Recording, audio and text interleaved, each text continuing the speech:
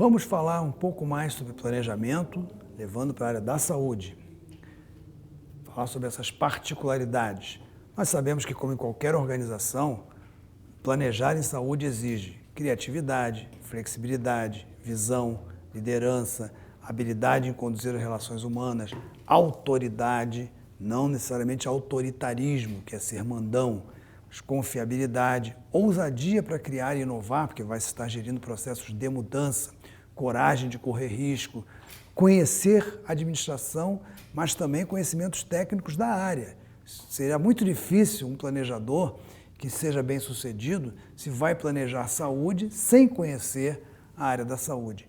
E o compromisso. O planejador, o gestor, o gerente, a pessoa que vai conduzir mudanças, que vai liderar, tem que ter compromisso com a missão da organização. E no caso da administração pública, no caso da área pública, da saúde pública, o compromisso é com o bem-estar das populações, o bem-estar coletivo. Então, uma gerência hábil na área da saúde pode facilitar a instauração de características necessárias ao bom funcionamento das organizações. Ela tem que ter também uma coisa muito importante, que é a consciência sobre atividades fim e atividades meio. Isso é extremamente importante porque as nossas instituições públicas, as nossas instituições de saúde, elas são instituições que cresceram muito, elas são muito complexas e às vezes você tem um trabalho em que aquele departamento, aquela pessoa, aquela instituição esquece por que existe. Trabalha muito com as atividades meio e esquece qual é a finalidade do planejamento em saúde. Qual é a finalidade do planejamento em saúde? É produzir saúde. Se a organização não está focada na produção de saúde, ela não está cumprindo as suas finalidades. Para isso, ela precisa de liderança, ela precisa ter um clima na organização em que os trabalhadores trabalhem bem. Para quê? Para produzir saúde da população, do coletivo. Ela tem que ter um fluxo de processos eficiente, os processos de trabalho, os processos de decisão, eles têm que ser bem aceitos pela comunidade organizacional, eles têm que ter processos que não criem entre os membros um estresse desnecessário. Para que tudo isso? Para que a organização, funcionando harmonicamente, possa produzir saúde. Se ela não estiver focada em produzir saúde, ela não está cumprindo com os seus fins. Vamos pensar, por exemplo, como é que funcionaria uma organização que não tem planejamento. Em outras palavras, vamos pensar como é que o planejamento é necessário a partir de pensar a sua ausência. Uma organização que não tem planejamento, ela se coordena por inércia. O que quer dizer isso? Os acontecimentos vão sucedendo, as coisas vão acontecendo e a gestão, a gerência vai conduzindo os processos de acordo com cada nova situação, com cada nova demanda. Ou seja, não tem plano, se administra o status quo. Existem organizações assim? Existem.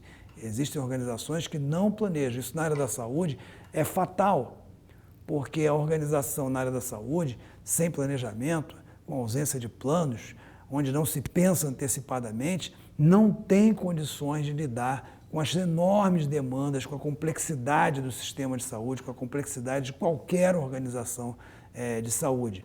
Uma organização que não pensa, que não planeja, os produtos vão sendo obtidos de acordo com o que acontece, de acordo com os recursos disponíveis, mas esses recursos não são planejados em termos do seu uso mais eficiente, do seu uso mais eficaz, de como pode produzir saúde de uma maneira melhor.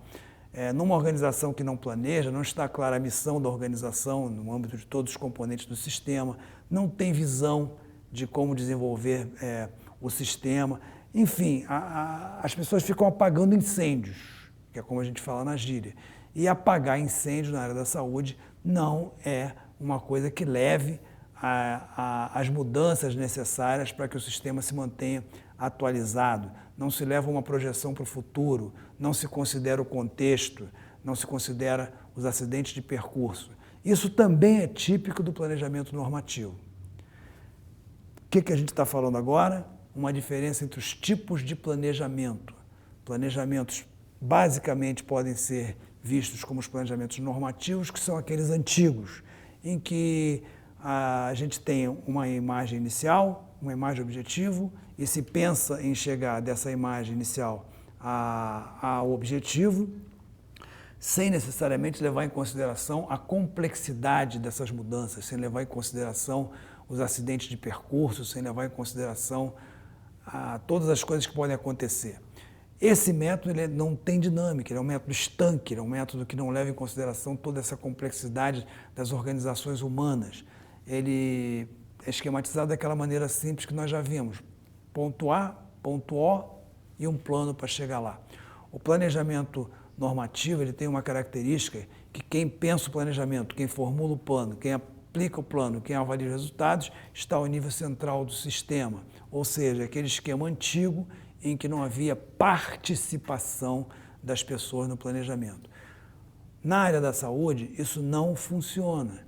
Essa coisa de quem planeja um chefe, um coordenador e a equipe, o resto da equipe obedece, apenas executa, não toma, às vezes, nem mesmo conhecimento dos objetivos ou do plano, eles apenas recebem, olha, o plano é esse, a organização vai funcionar assim e vocês vão executar dessa maneira. Isso cria problema, além de criar membros passivos que não compartilham da condução do planejamento, que não se dividem, que não se dão, que não assumem o compromisso da organização, você cria também uma situação de estresse enorme, uma situação de insatisfação, uma situação de indignação, uma situação em que as pessoas não estão necessariamente engajadas, preocupadas com os destinos da organização. Isso foi visto muito bem na evolução do sistema de saúde até chegar aos dias atuais. Nós tínhamos, na época do sistema médico-cêntrico, lembram, a gente falou nisso, o sistema médico-cêntrico, hospitalocêntrico, um sistema em que basicamente você tinha a saúde provida pela Previdência Social, a Previdência comprava serviços e a população não participava de nada disso. A população era passiva e as próprias equipes de trabalho, as próprias pessoas que trabalhavam eram como se fossem operários da saúde que recebiam esses planos de cima para baixo, hierarquicamente, recebiam essas situações mandadas e tinham que cumprir aquilo que era dado pela política social, aquilo que era dado pelo governante, aquilo que era dado pelo sistema, aquilo que era dado pela Previdência Social e pelas organizações terceirizadas que eram contratadas para fornecer a saúde.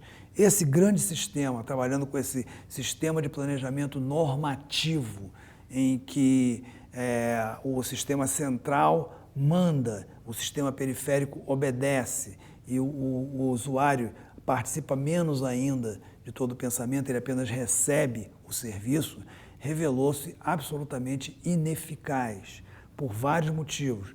Pela sua forma de planejamento, que era essa, mas também por todo o esquema da forma, do modelo como ele estava sendo administrado. Precisava-se de outra forma de planejamento, precisava-se de outro modelo de assistência, precisava-se, na verdade, no Brasil, de implantar um sistema de saúde que era, nessa altura, lá pela década de 70, a primeira parte da década de 80, completamente defasado em relação às necessidades da população brasileira.